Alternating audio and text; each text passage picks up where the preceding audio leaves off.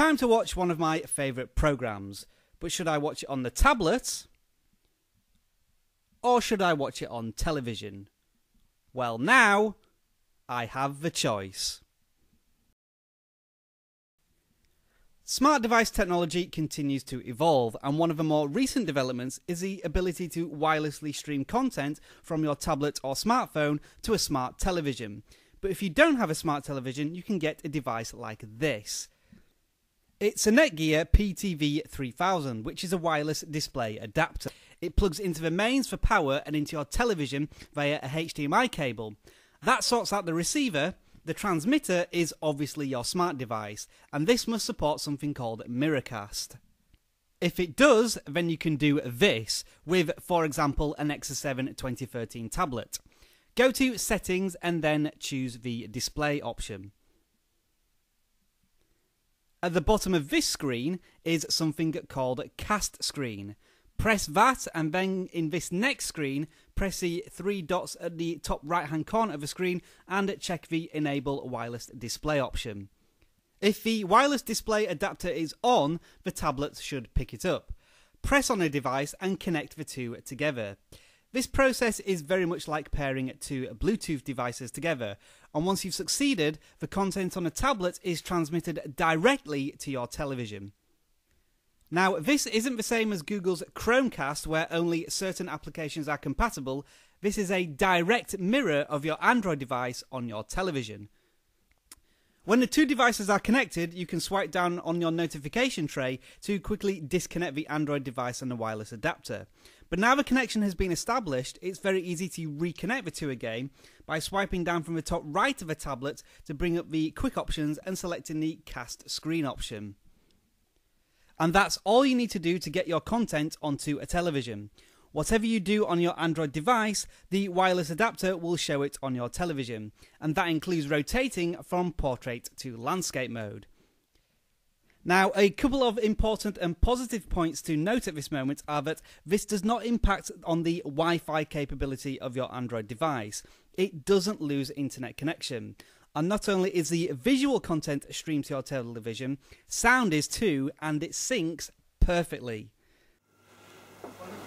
Madam President, today I am also authorized to say the following. The President has received, Russia has received the following from President Yanukovych, and I quote, the statement of the President of Ukraine. In principle, this is a fantastic addition to your gadget collection, but unfortunately it's not quite perfect yet. If the resolution of your Android device differs from your television, then you might encounter borders like you can see here with my hand up against the right edge of the television. Secondly, applications can detect whether you are using wireless Miracast and block the signal.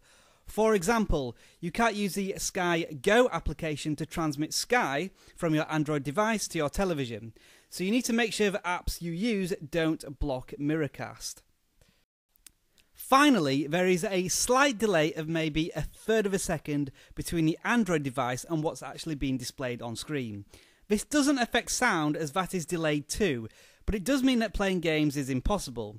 But when you think about it, trying to play touchscreen games without actually looking at the touchscreen is just downright stupid anyway.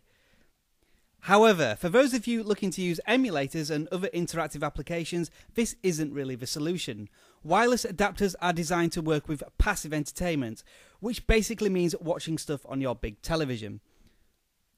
I'm afraid to say the technology doesn't seem to be consistent with different devices either. First of all, the connection method is always different depending on which Android device you use. For my Samsung Galaxy S4, for example, I had to go to My Connections and choose Screen Mirroring. That's acceptable, of course. Every Android device has its own quirks, but what's not acceptable is the atrocious lag I experienced using a device.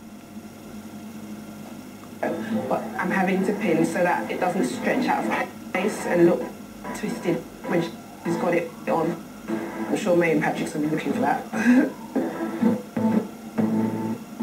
I'm just the seam line that goes between the bodice and the skirt to keep the waistline of her dress a little simpler.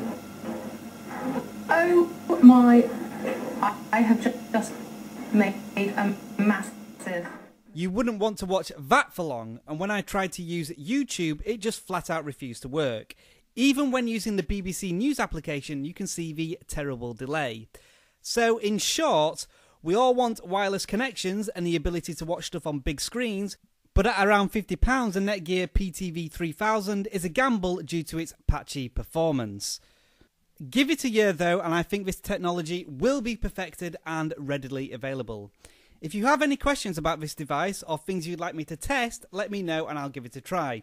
Thanks for watching, and I'll see you again soon in another VGJ Felix video.